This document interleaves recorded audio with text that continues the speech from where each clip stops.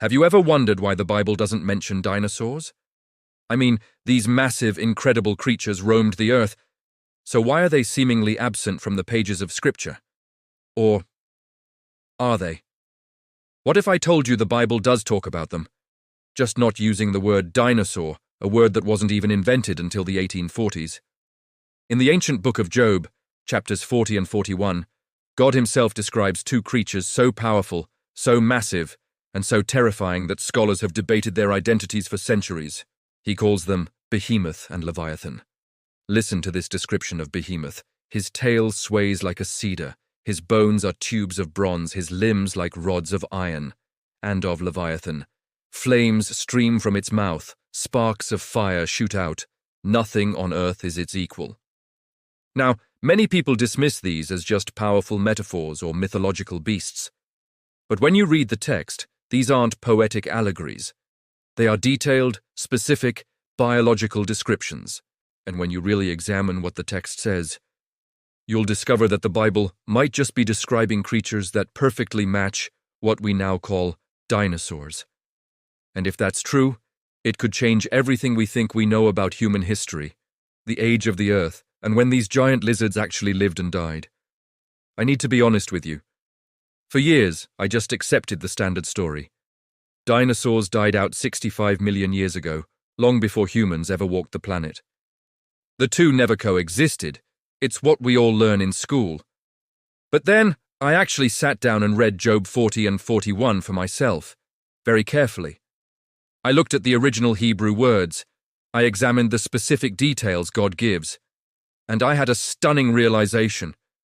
These don't sound like mythological creatures. These sound like real animals, animals that Job and his audience would have recognized. The descriptions fit what we know about certain dinosaurs far better than any animal alive today.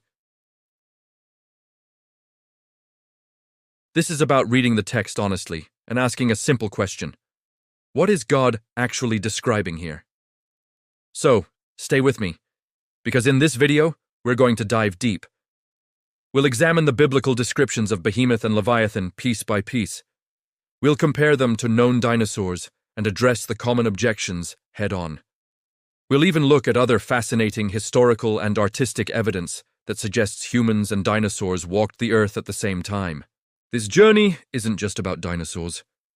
It's about a much bigger question. Can we trust the Bible when it speaks about the natural world? Is Scripture reliable? Let's find out. Let's start with Behemoth, described in Job chapter 40, starting in verse 15. The context here is crucial.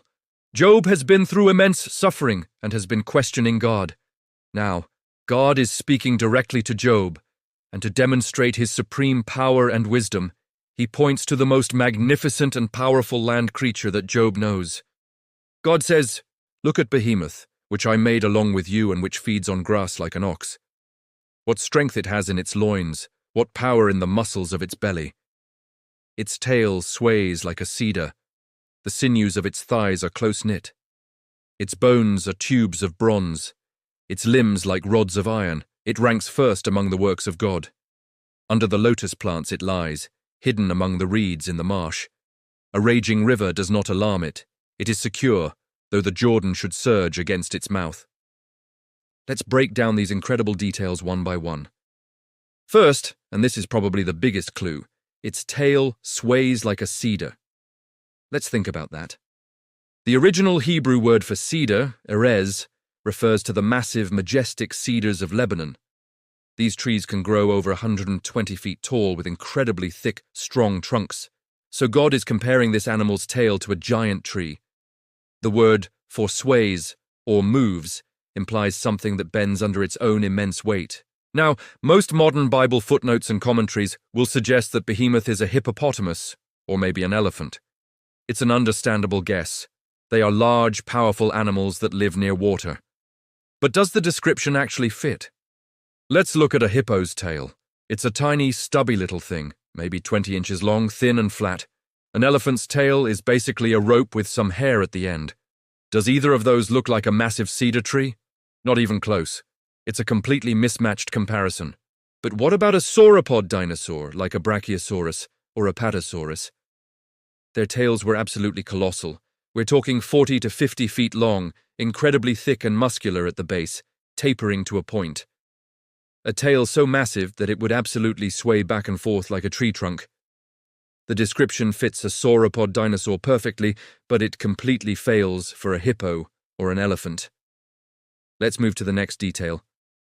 Its bones are tubes of bronze, its limbs like rods of iron. This is powerful imagery describing incredible strength and density. God is saying this animal's skeletal structure is unimaginably strong. Think about what it would take to support the weight of an 80-ton sauropod. These dinosaurs had some of the largest and strongest bones of any land creature that has ever lived. The metaphor of bronze and iron isn't about color, it's about unparalleled strength and power. Again, while a hippo is strong, its bone structure is nothing compared to the engineering marvel required to hold up a giant sauropod. The description of bones like bronze and iron is a much better fit for a creature of that immense size and weight. And the third key detail, it feeds on grass like an ox. This tells us two things. First, it's an herbivore. Second, it's a grazer. All sauropod dinosaurs were herbivores, consuming vast quantities of vegetation every single day. The comparison to an ox isn't about size. It's about its diet and behavior. It's a large, plant-eating animal. This detail is consistent with both a hippo and a sauropod, but when you combine it with the other clues, the picture becomes clearer. The text also says, Behemoth ranks first among the works of God, implying it was the largest land animal God made. While hippos and elephants are big, they are dwarfed by the sheer scale of the giant sauropods. They were truly in a class of their own, the undisputed kings of the land. Finally, the passage mentions that it lies in the marsh, among the reeds and lotus plants, and is not afraid of a surging river. This paints a picture of a semi-aquatic or swamp-dwelling giant. For a long time, scientists believed that large sauropods, because of their immense weight, must have spent most of their time in water to support their bodies. While that view has changed, many fossil finds are in riverine or floodplain environments, suggesting they were very comfortable in and around water. A creature of this size would certainly not be alarmed by a flooding river. So when you put all the pieces together, the cedar-like tail, the bones of bronze and iron, its massive size ranking it first among God's works, and its herbivorous nature, the identity of Behemoth points overwhelmingly not to a hippopotamus or an elephant, but to a sauropod dinosaur. The description is too specific, too detailed to be a coincidence. It seems God was describing a real animal that Job had seen, or at least knew about, an animal that we, today, would call a dinosaur. This interpretation isn't just a fringe idea, it's a conclusion reached by carefully analyzing the text and asking which known animal, living or extinct, best fits all the descriptive points. The evidence from the Bible itself seems to be staring us right in the face, but this is just Behemoth. The description of Leviathan in the next chapter is even more dramatic and challenging. We'll explore that next, so make sure you're subscribed so you don't miss it. Thanks for watching. Detail 4. Lies under lotus plants in the marsh. Aquatic or semi-aquatic habitat. Sauropods are often depicted in marshes and swamps, though recent science suggests they could live in various terrains. The description fits. Detail 5. Ranks first among the works of God, Hebrew, Reshith. First chief, most prominent. This is the largest land creature God made. What's the largest land animal ever? Sauropod dinosaurs, up to 100 plus tons. Not elephants, 6 tons, or hippos, 4 tons. Dinosaurs. Now critics object. Behemoth is just a poetic exaggeration of a hippo or elephant. But the text doesn't allow that. God is demonstrating his creative power by pointing to a real creature Job can see or knows about. If it's just poetic exaggeration, the argument fails. God is saying, look at this real massive creature I made. You can't control it. I can. I'm sovereign. Now let's examine Leviathan in Job 41. This is even more detailed. 34 verses describing one creature. Key excerpts. Can you pull in Leviathan with a fishhook? Can you fill its hide with harpoons? Any hope of subduing it is false. No one is fierce enough to rouse it.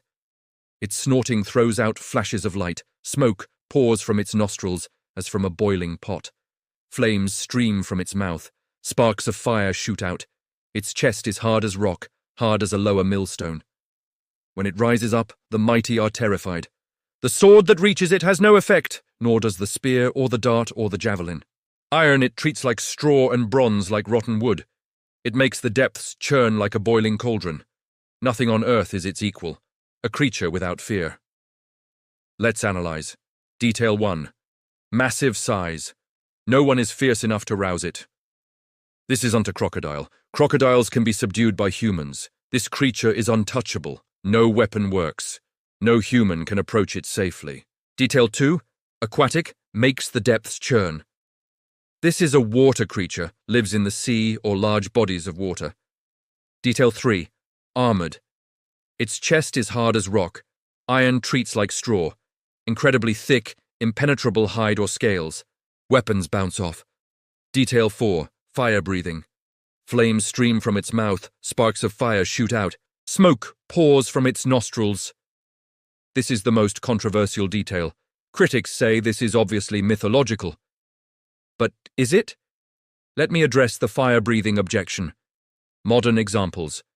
Bombardier beetle sprays boiling chemicals, 212 degrees, at enemies through explosive reaction. Electric eels generate 600-volt shocks. Glowworms produce bioluminescence. Various animals produce chemicals that ignite when combined. If small creatures can produce chemical reactions that generate heat and light, could a large creature with specialized organs produce something that appears as fire and smoke? Scientifically, it's possible. Not proven, but possible. And if God describes it, we should take it seriously. Now, what creature fits this description? Not a crocodile. Too small, no fire, weapons work. Not a whale, no armor, no fire. Possibly a marine reptile like Kronosaurus, Mosasaurus, or Liopleurodon, massive, armored, aquatic predators, or possibly a creature that's now extinct that had abilities we don't see in modern animals. Here's the key. God is describing real creatures to demonstrate his power. Job 40:15. Look at Behemoth, which I made along with you. Made along with you. God created these creatures in the same creation week as humans. They coexisted. Now let's address the big question. If dinosaurs lived with humans, why don't we have more biblical references? Answer 1. The Bible isn't a natural history textbook. It mentions animals only when relevant to the narrative. Most animals aren't mentioned at all. Answer 2. Different names. The word dinosaur was coined in 1841 by Richard Owen. Before that, large reptiles were called dragons, and the Bible does mention dragons 34 times. Hebrew tannin, a great sea creature, dog serpent. Answer 3. By the time most of the Bible was written, many dinosaur species may have already gone extinct. Post-flood climate changes, hunting, habitat loss. Now let's look at historical evidence that humans and dinosaurs coexisted. Evidence 1. Ancient art depicting dinosaur-like creatures. Angkor Wat Temple in Cambodia, 1100s AD, has a carving of a stegosaurus. Peruvian Ica stones depict humans with dinosaur-like creatures. Ancient Chinese dragon depictions match dinosaur descriptions. Medieval European dragon. Accounts describe creatures matching dinosaurs. Evidence 2. Soft tissue in dinosaur fossils, 2005. Mary Schweitzer found soft tissue. Blood vessels, proteins, in T-Rex bone. Subsequent studies found soft tissue in multiple dinosaur specimens. Soft tissue does not last millions of years. It degrades in thousands. This suggests dinosaurs died much more recently than 65 million years ago. Evidence 3. Human and dinosaur footprints together. Paluxy River, Texas, alleged human and dinosaur tracks in the same rock layer. Controversial and debated, but if authentic, proves coexistence. Evidence. 4. Living dinosaurs. Mokele Mbembe in Congo, reports of sauropod-like creature. Various sea monster sightings, possibly surviving marine reptiles. Not conclusive, but interesting. Now, the biblical timeline, Day 5. God created sea creatures and flying creatures, including marine reptiles and pterosaurs. Day 6. God created land animals and humans, including land dinosaurs. Genesis 1:30. All animals were vegetarian initially. After the fall, introduction of death, carnivory, the flood. Most dinosaurs died preserved as fossils, post-flood. Some dinosaurs survived on the Ark, young specimens, but gradually went extinct due to climate change, hunting, and habitat loss. This timeline explains why we find dinosaur fossils, flood catastrophe. Why some cultures have dragon legends, post-flood survivors. Why Job describes them, still living in his time, 2000 BC. Why they're extinct now, gradual post-flood extinction. So what does this mean for you? First, the Bible is scientifically reliable. When it describes nature, it's accurate. Behemoth and Leviathan aren't myth. They're real creatures God made.